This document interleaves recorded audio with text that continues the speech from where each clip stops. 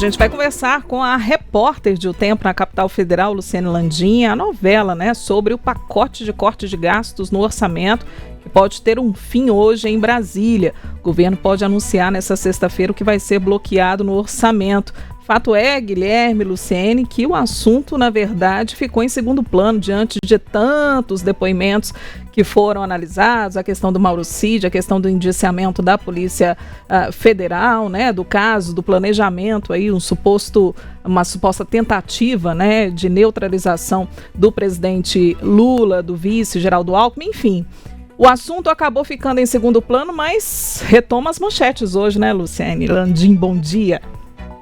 Olá, Adriana, bom dia para você, bom dia, Ibrahim, bom dia aos nossos ouvintes. Acabou ficando em segundo plano desde ontem, porque a gente teve um assunto que ganhou muito destaque, que foi a confirmação pela Polícia Federal de 37 indiciados, pedidos de indiciamento, na verdade, por alguns crimes, entre eles golpes de Estado, alguns nomes importantes no cenário da política nacional. Só que essa questão do bloqueio de gastos, ela precisa ter um fim, porque já virou uma novela, como você disse, esse assunto já tem semanas de discussão e a gente tem uma expectativa, nenhuma agenda confirmada ainda, mas uma expectativa por alguns motivos de que esse bloqueio pode ser anunciado oficialmente nesta sexta-feira pelo governo federal. O ministro da Fazenda, Fernando Haddad, confirmou ontem à noite que o bloqueio vai ser de 5 bilhões de reais no orçamento deste ano. Ele disse que talvez um pouquinho mais, talvez um pouquinho menos do que esse valor, mas na casa dos 5 bilhões de reais. Haddad também confirmou que vai ser um bloqueio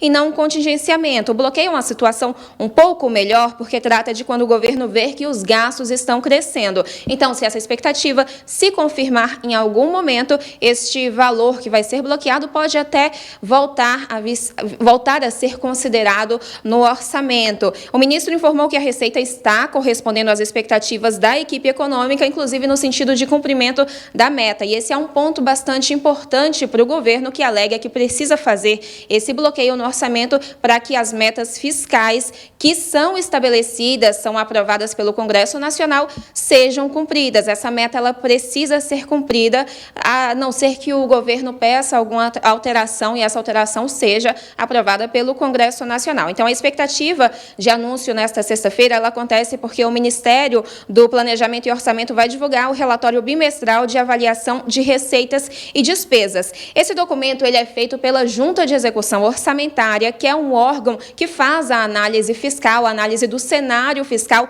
para assessorar, para guiar o governo nas decisões relacionadas à política fiscal. Então, há alguns dias, o ministro Fernando Haddad já tinha adiantado que esse seria um corte expressivo e em entrevista ontem à Globo News, o ministro da Casa Civil, que também faz parte dessas negociações, ministro Rui Costa, declarou que não vai ter cortes em investimentos reservados para a saúde e para a educação, e ele disse que essa é uma decisão do presidente Luiz Inácio Lula da Silva. Então, saúde e educação são áreas que estão fora desse bloqueio que deve ser anunciado pelo governo federal nesta sexta-feira. A gente, então, segue na expectativa do anúncio dessa agenda ao longo do dia aqui em Brasília. Adriana, Ibrahim.